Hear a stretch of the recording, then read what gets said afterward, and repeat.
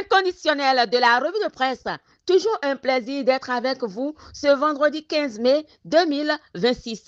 La revue de presse commence par Matin Libre. PND 2026-2035, le Bénin ouvre un nouveau cycle de développement. Cette manchette de Matin Libre est détaillée par le journal Le Matin. Le Matin affiche industrialisation, croissance, réduction des inégalités. Le Bénin enclenche le plan de développement et trace la route de la puissance économique. 17 axes prioritaires seront la boussole de l'action publique, annonce Le Matin.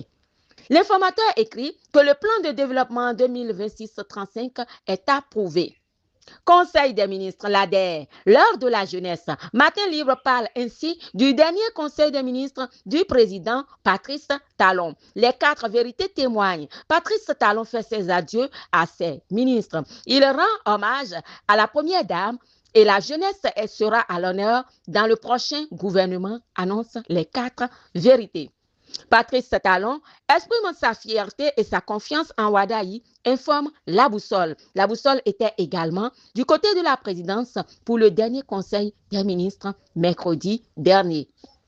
Quant au nouveau président Romuald Wadayi, son défi politique, écrit Matin Libre, c'est de gouverner sous le régime inédit de la trêve politique. Dynamisme Info a un souhait. Premier gouvernement de Romuald Wadayi, pourvu que les choix politiques ne priment pas sur la technicité.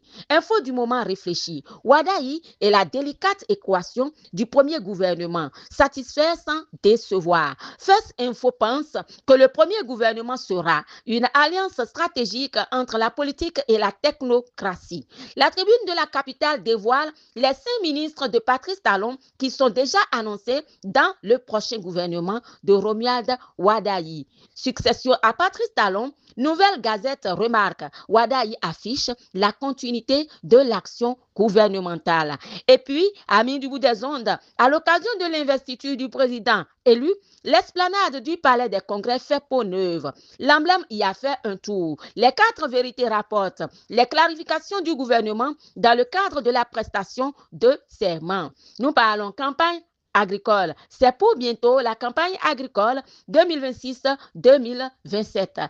À l'occasion, l'État débloque 31,8 milliards de francs CFA pour subventionner les engrais. L'information dans les 4 vérités est reprise par le potentiel. Le potentiel détaille que face à une conjoncture internationale jugée défavorable et aux risques qui pèsent sur la sécurité alimentaire, le gouvernement béninois a décidé de reconduire les mesures de subvention.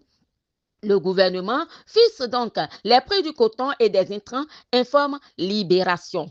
Amis de la plume et du papier, drame sentimental et bien envolé à Akpakpa. Une dame détourne 46 millions de francs CFA pour reconquérir son ex. Le potentiel rapporte que cette affaire a laissé le tribunal de Cotonou partagé entre stupeur, gêne et sourire nerveux.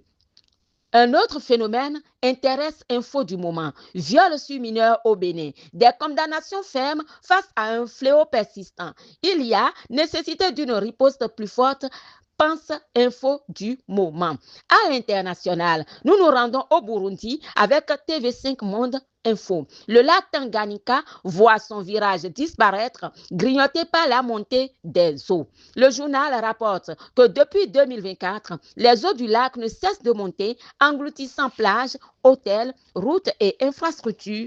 Et puis, en cause, les effets du changement climatique et l'obstruction de la rivière Luguka, seul exutoire naturel du lac.